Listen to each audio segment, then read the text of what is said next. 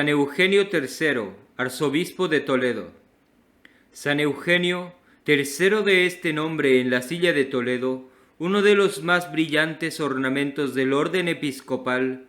uno de los más celosos prelados que han brillado en la Iglesia de España y uno de los hombres más sabios de su siglo, nació en la ciudad de Toledo. Sus padres, distinguidísimos en aquella capital por sus honoríficos empleos, por la calificada nobleza de sus ascendientes, pero mucho más por su piedad, bien acreditada en las muchas piadosas obras que se debieron a su religioso celo, se dedicaron con el mayor esmero a criar al niño sobre el sólido principio del santo temor de Dios,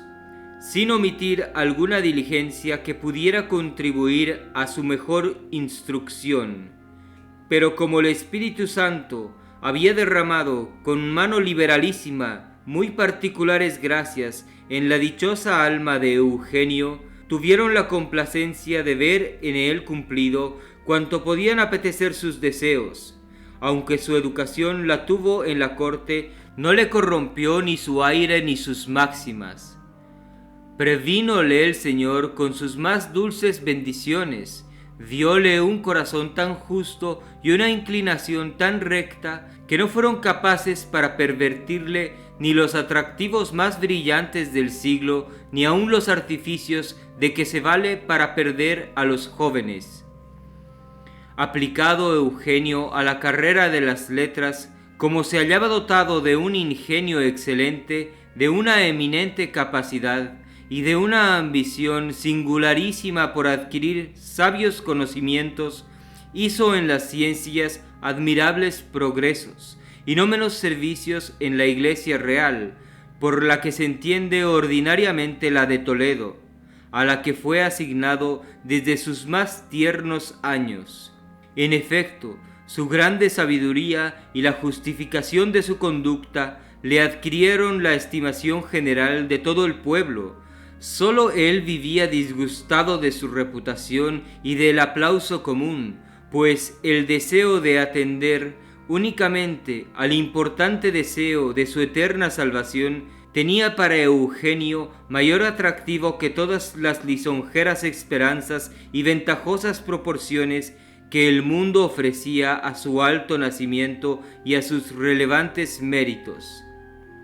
Esta consideración le hizo mudar de estado y buscar otro donde pudiese llegar a la perfección que deseaba. Para poner en ejecución estas nobilísimas ideas y evitar que alguno lo impidiese, se huyó de su casa con el mayor sigilio y se dirigió a Zaragoza, donde creyó que hallaría muchos objetos de piedad capaces de fijar su residencia. Allí abrazó la profesión monástica en el célebre monasterio del Orden de San Benito, dedicado a Santa Engracia y gloriosos compañeros, en el que de nuevo se aplicó en formar su espíritu sobre las máximas de la perfección evangélica, siendo todas sus delicias la meditación y la lección de los libros sagrados y ascéticos. El ejemplo de tantos ilustres mártires que hacían la mayor gloria a aquel célebre pueblo, le arrebataban frecuentemente y le llevaban a contemplar delante de sus túmulos los triunfos y las coronas que merecieron, y encendiéndose en vivísimos deseos de imitar las virtudes que los dispusieron a recibir tan recomendable dicha, en esto pensaba con la mayor fruición la mayor parte del tiempo. Dedicado Eugenio al culto divino y al obsequio de los santos mártires, sin dejar el estudio que siempre fue el objeto de sus atenciones, hizo en la piedad grandes progresos, nada inferiores en las disciplinas eclesiásticas. Sobre la estimación general del clero y pueblo se concilió la de San Braulio, obispo a la sazón de Zaragoza, bajo cuyo magisterio adelantó nuestro santo considerablemente tanto en doctrina como en virtud. Eligióle por su arcediano aquel célebre prelado y confesaba ingenuamente que en el trato y familiaridad de Eugenio tenía todo su gozo y toda su complacencia, expresando además que era el único consuelo en los muchos trabajos de sus apostólicas tareas. Enfermó el santo obispo a fuerza de sus continuos desvelos y cargó toda la solicitud pastoral de la iglesia de Zaragoza sobre los hombros de Eugenio, quien dispensó todos los deberes del ministerio con tanta justificación y con tanta prudencia que apenas encontró elogios el mismo San Braulio con qué recomendar su mérito en las cartas que escribió al rey Chindasvinto, acreditándolo así a mayor abundamiento la fama de su eminente virtud no sólo en Zaragoza y su diócesis, sino en todo el reino de España. Pasó a mejor vida Eugenio II, arzobispo de Toledo, e inmediatamente pusieron los ojos todo el clero y pueblo en nuestro santo, bajo el concepto de no haber persona más digna que ocupase la silla primada de la nación. Solo restaba vencer su resistencia, pues por su profunda humildad se confesaba indigno de tan eminente empleo, al paso que sentía con excesivo dolor dejar su amado retiro, centro de todas sus complacencias. Supo Chindasvinto la repugnancia del electo y la de San Braulio en desprenderse de tan útil ministro, y despachó una estrecha orden para que sin dilación se presentase en Toledo.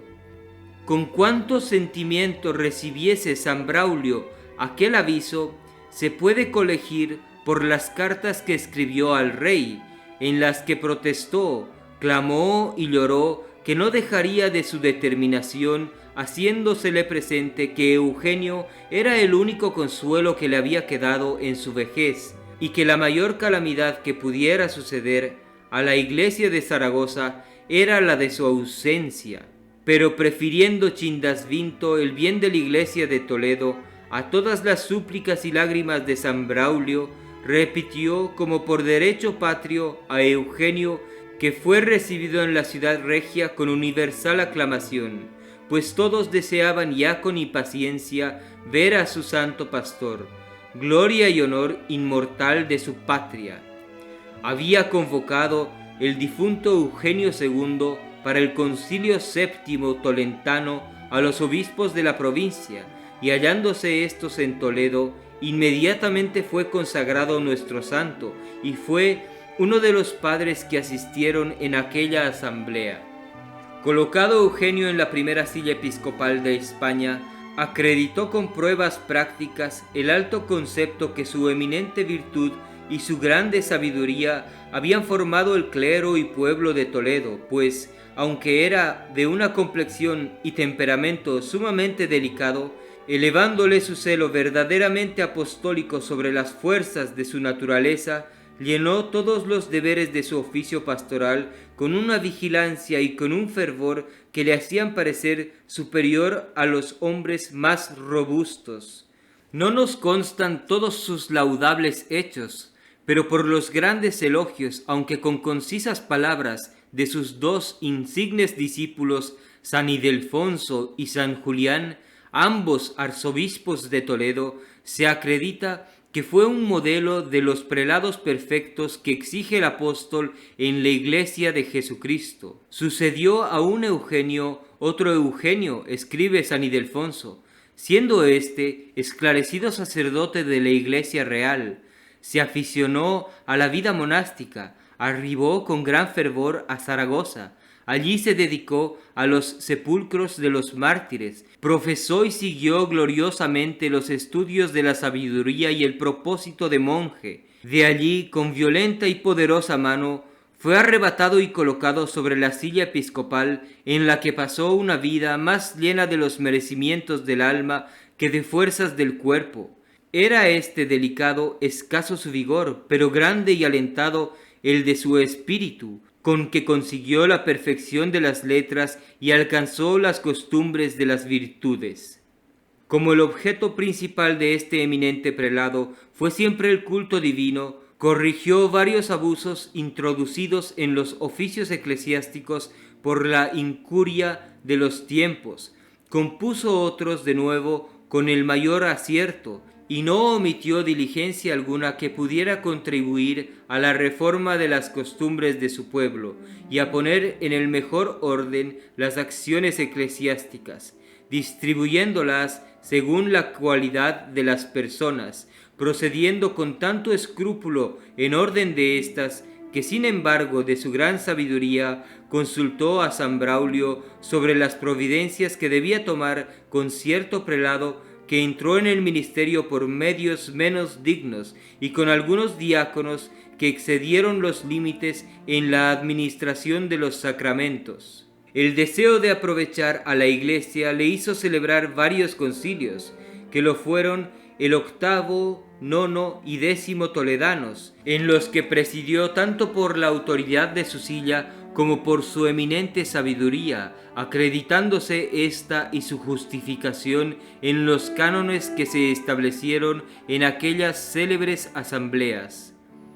También escriben algunos que, aprovechándose el santo prelado del celo que manifestó por la fe católica el rey Recesvinto, a quien ungió según la costumbre de los godos, empeñó toda su reputación en la conversión sincera de los judíos de España, los que, ilustrados por sus continuos catequismos y sabios discursos, representaron al rey con ingenuidad que, aunque hasta entonces habían aparentado profesar la religión cristiana en virtud del derecho de Chintila, habían sostenido en el interior su error, el que abjuraban en fuerza de las instrucciones de Eugenio.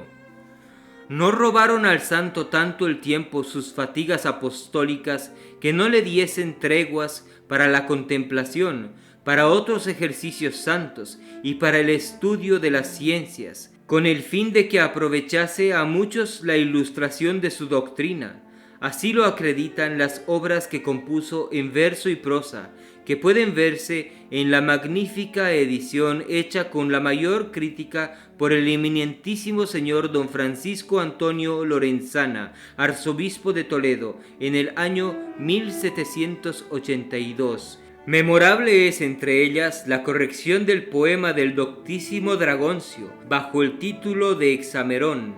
sobre los 6 días primeros de la creación del mundo, supliendo el 7º que faltaba al lleno de aquel asunto con tal energía que parece salió más hermoso de la mano del corrector que de la del primer autor del pensamiento. También compuso un primoroso libro acerca de la Santísima Trinidad, el que nos robó el tiempo, donde trató el misterio con tanta delicadeza, con tanta claridad y con estilo tan superior que de él expresó San Isidoro que era digno de enviarse al África y a la Grecia, señalando estas dos provincias, o bien porque en ellas florecían por entonces varones eminentes, o bien porque en las mismas restaban todavía algunas reliquias de la herejía arriana, contra cuyo error se dirigía el escrito principalmente. Finalmente, cargado Eugenio de años y merecimientos, murió con la muerte de los santos en el 13 de noviembre del año 657, según el más arreglado cálculo, después de haber gobernado su obispado como un verdadero sucesor de los apóstoles por espacio de casi 10 años. Su cuerpo fue sepultado en la iglesia de Santa Leocadia, y sobre su túmulo se puso el epitafio que él mismo había compuesto en 8 versos heroicos, cuyas letras iniciales forman su nombre, indicando las finales la miseria de esta vida, prueba nada equívoca de lo presente que tuvo siempre la muerte, al cual añadió otro elegante epitafio su sobrino y sucesor, San Ildefonso. Reducidos a prosa, sus versos dicen: aquí yace el venerable cuerpo del gran prelado Eugenio, el cual ilustra el templo de Santa Leocadia. Fue monje, y cuando más huía de la sombra de los mortales, fue electo pontífice del orbe de Toledo. Su vida fue bienaventurada, sus costumbres purísimas sin alguna mancha, émulo de Isidro e imitador de Leandro.